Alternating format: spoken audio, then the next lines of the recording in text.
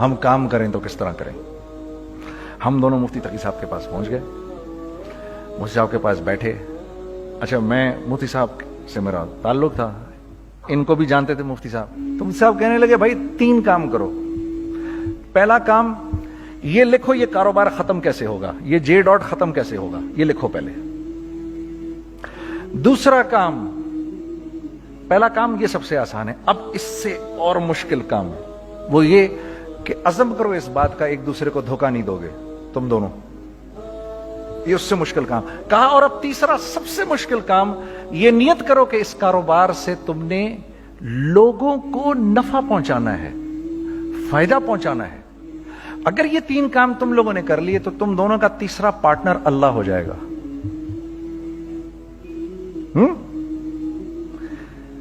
تو جس کا پارٹنر ہی اللہ ہو جائے اسے کاروبار کرنے کی کیا ضرورت ہے؟ اس کو تو آ کے ICMA کے اندر باتیں کرنی چاہیے دنیا جہان کی. میں نے یہ کر لیا, میں نے وہ کر لیا, میں نے فلاں کر لیا, میں نے ڈمکان کر لیا, حالانکہ کیا کرایا کچھ بھی نہیں. تو سب سے پہلا کام یہ کیا ہم نے. میں نے اس کو بولا قرآن پہ ہاتھ رکھ کے دیکھ, اللہ نے چاہا میں تجھے کبھی دھوکہ نہیں دوں گا.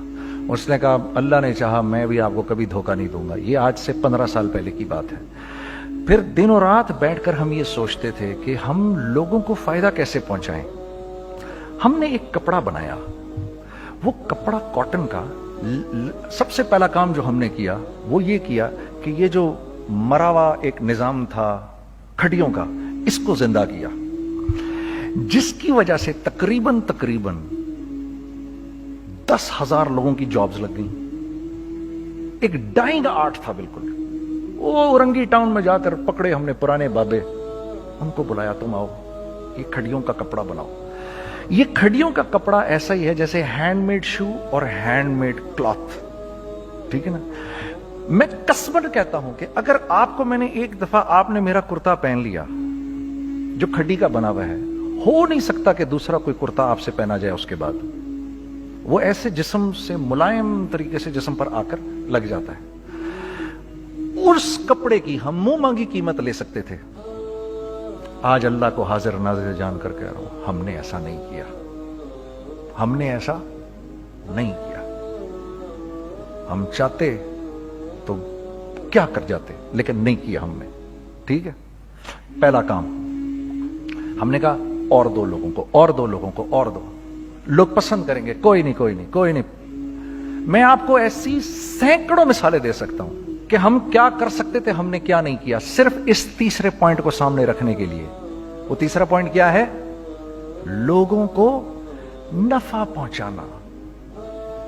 کیونکہ ہم نہیں چاہتے کہ ہمارا تیسرا پارٹنر ہم کو چھوڑ کے چلا جائے. میں آپ کو کیا کیا بتاؤں, تیسرے پارٹنر نے کیا کیا کچھ کیا.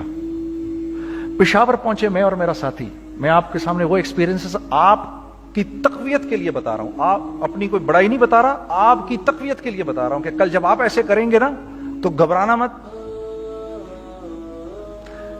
ہم کہتے ہیں ملٹی نیشنل آئیں ہمارے ملک میں, بہت اچھی بات ہے, آئیں, اس میں کیا ہے, لیکن یار ہم میں خود میں کیا کمی ہے, آپ مجھے یہ بتاؤ.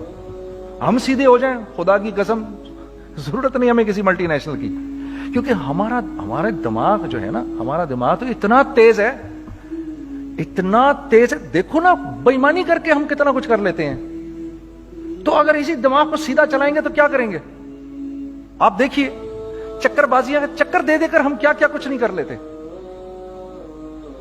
اگر یہ دماغ سیدھا چلے, پاکستان, ارے بھائی بھول جائیں گے لوگ جاپان کو اور کوریا کو, بھول جائیں گے لوگ.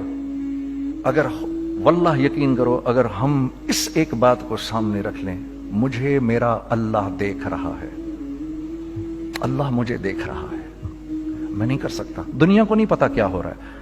میں آپ کو بتاؤں ہمیں کیا سکھایا گیا ہے, اگر میں آج آپ کو بتاؤں تو آپ حیران ہو جائیں گے کہ یار تو پاگل ہے.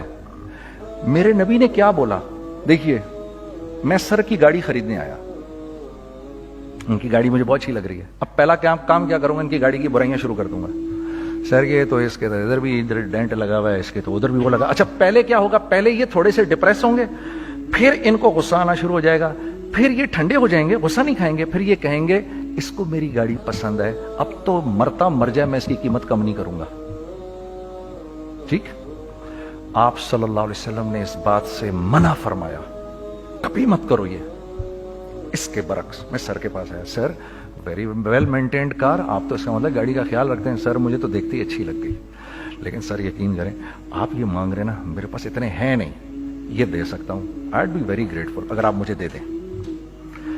تو یہ جب مجھے اپنی گاڑی دیں گے اتنے بڑے دل سے دیں گے, ٹھیک ہے, کم بھی کریں گے, کہیں گے یار کم کر دیتا ہوں, چلو کوئی نہیں, جاؤ جنید عیاشی کرو, دیکھو میری گاڑی کا خیال رکھنا. کم میں بیچ رہے ہیں لیکن خوش کتنے ہیں, یار اس نے میری گاڑی کی تعریف کی, اس نے میری گاڑی کو رکھا. آپ کو پتہ ہے ہمیں کیا سکھایا گیا ہے خریدتے وقت کسی چیز کو؟ پتہ ہے آپ کو اللہ کے نبی نے کیا بولا, جب کسی چیز کو خریدو تو کیسے خریدو؟ میں آپ کو بتاتا ہوں. ایک صحابی نے کے پاس غلام گھوڑا لے کر آ گیا. حضرت یہ دیکھا آپ نے, یہ گھوڑا